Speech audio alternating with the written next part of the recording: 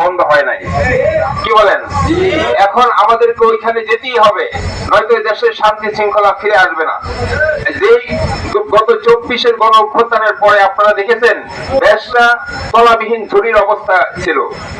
বিদেশে, এই দেশে আমাদের দেশের ছেলেরা যারা বিদেশে ছিল তাদের সেই রেমিটেন্সের টাকায় আমাদের আবার দেশের অর্থনৈতিক আরেকটু সমৃদ্ধির দিকে আমরা এখন যাচ্ছি, ঠিক না কথা?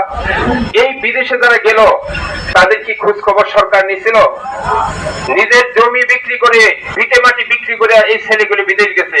তাও অন্য দেশের ছেলেরা যেখানে 1 লক্ষ টাকা বেতন পায়, আমাদের ছেলেরা পায় 50,000, অর্ধেক। কারণ কি? এদের কোনো প্রশিক্ষণ নাই। নিজের উদ্যোগে, স্ব উদ্যোগে তারা বিদেশ গিয়ে টাকা পাঠায়, তাদেরকে তারা রেমিটেন্স যোদ্ধা বলে। আজকেও দেখলাম যে একটা রেমিটেন্স যোদ্ধা বিমানবন্দরে তার লাকেশ টাকেশ সব ভেঙে মালামাল নিয়ে গেছে। এই হলো রেমিটেন্স যোদ্ধাদের সাথে আমাদের আচরণ। এই অবস্থা থেকে যদি পরিবর্তন চাই তাহলে অবশ্যই ইসলামী সরকার ছাড়া পরিবর্তন করা সম্ভব হবে না। আমরা ইনশাআল্লাহ ক্ষমতায় যেতে পারলে আমাদের দেশের ছেলেদেরকে প্রশিক্ষণ দিয়ে বিদেশে পাঠাবো, যাতে তারা দেশের সম্পদ হয়। এই কথাটা আপনাদেরকে জনগণকে বোঝাতে হবে যে আজকে আপনারা যারা গরিব মানুষ তারাও লাভবান হবো যদি ইসলামী সরকার যায়। ইসলামী অর্থনৈতিক সম্পূর্ণই গরিবদের জন্য। ধনীদের অর্থ জাকাত ব্যবস্থা, ধনীরা জাকাত দেবে, গরিবরা তার সুফল পাবে। আজকে চিকিৎসা খাত বলেন, সেখানে আমরা লাইন ধরে গিয়ে টিকিট কেটে আমরা স্বাস্থ্য সেবা পাই না। আর আমাদের দেশের নেতারা বিদেশে যায় চক্ষু চিকিৎসা করার জন্য। বিদেশে তার সামান্য একটু জ্বর, ঠান্ডা, সর্দি, কাশি হলে তারা বিদেশে চলে যায়। আমরা সেই সুযোগ সুবিধা বঞ্চিত। আমাদের ট্যাক্সের টাকা দিয়ে তারা কি করে? এই সকল বাজে খরচগুলি তারা করে। হাজার হাজার কোটি টাকা দুর্নীতি করে বিদেশি নিয়ে যায়, আমাদের সমর্থন নিয়ে তারা যাচ্ছে। ভাই, আমরা কিন্তু দুই দিক দিয়ে ক্ষতিগ্রস্ত হচ্ছি। এক হলো আল্লাহর জমিন, আল্লাহ তাআলা বলেন আলা লাহুল খালকু ওয়াল আমরু, সৃষ্টি যার, বিধান তার। আলা শব্দটা অর্থ হলো সাবধান। এই আলা শব্দটা নামাজের ক্ষেত্রে ব্যবহার করা হয় নাই, আলা শব্দটা রোজার ক্ষেত্রে ব্যবহার করা হয় নাই, আলা শব্দটা যাকাতের ক্ষেত্রে ব্যবহার করা হয় নাই। যখনই আল্লাহর বিধান আসছে তখনই আল্লাহ তাআলা বলে দিয়েছেন আলা সাবধান, তুমি মুসলমান যদি হয়ে থাকো অবশ্যই তোমাকে ইসলামের পক্ষে অবস্থান নিতে হবে। জমিন আল্লাহর বিধান চালাইতে হবে, আল্লাহর। এর পক্ষে তোমার কাজ, এর বিপক্ষে তুমি কোনো কাজ করতে পারবে না। সাবধান হয়ে যাও।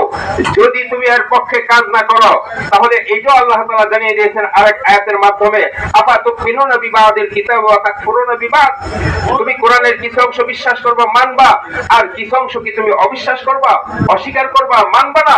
তুমি নামাজ, রোজা, হজ, যাকাত সমস্ত কিছু পালন করবা তোমার কোরআন হাদিসের বিধান মতো, আর তুমি আল্লাহ চাচ্ছেন জমিন আল্লাহর হুকুমে চলো, সেখানে আইসা মানুষের তৈরি মতবাদ দিয়ে রাষ্ট্র চালাইবা। ফামা জাযাউ ইল্লা খিজিউন ফিল হায়াতিদ দুনিয়া ওয়া ইয়াউমাল কিয়ামাতি ইউরাদুনা ইলা আশাদ্দিল আযাব, যদি এমনটি করে থাকো দুনিয়ার জীবনে তোমরা বঞ্চিত হবে, লাঞ্ছিত হবে, অপমানিত হবে, খুন হবে, ধর্ষিত হবে, জুলুম হবে, নির্যাতন হবে। এর থেকে তোমাদের কেউ বাঁচাতে পারবে না। কারণ তোমরা মুসলমান হয়ে আল্লাহর জমিনে বাস করে আল্লাহর সমস্ত কিছু ব্যবহার করে তোমরা ইসলামের বিপক্ষে অবস্থান নিয়েছো, এটা তোমাদের শাস্তি। সুতরাং ভাইরা আমার, আমরা রাজনীতি করি আখিরাত কেন্দ্রিক। আমরা আল্লাহর কাছে জবাব দেওয়ার জন্য আমরা রাজনীতি করি, মানুষের কল্যাণের জন্য রাজনীতি করি। আমরা ক্ষমতায় যেতে পারলে দুনিয়ার মানুষ শান্তি পাবে, দুনিয়ার পশু পক্ষীও শান্তি পাবে, দুনিয়ার সমস্ত মাখলুকাত শান্তি পাবে। কারণ এখন কেউই শান্তিতে নাই, কি বলেন? কেউই শান্তিতে নাই। অতএব আসুন, আগামী সংসদ যদি আপনার কোরআনের সংসদ চান, ঘুমায় থাকলে চলবে না। আমরা কি আপনাদের সমস্ত এলাকায় গিয়ে বাড়িতে বাড়িতে ভোট দেওয়া সম্ভব? কাজটা কে করবে?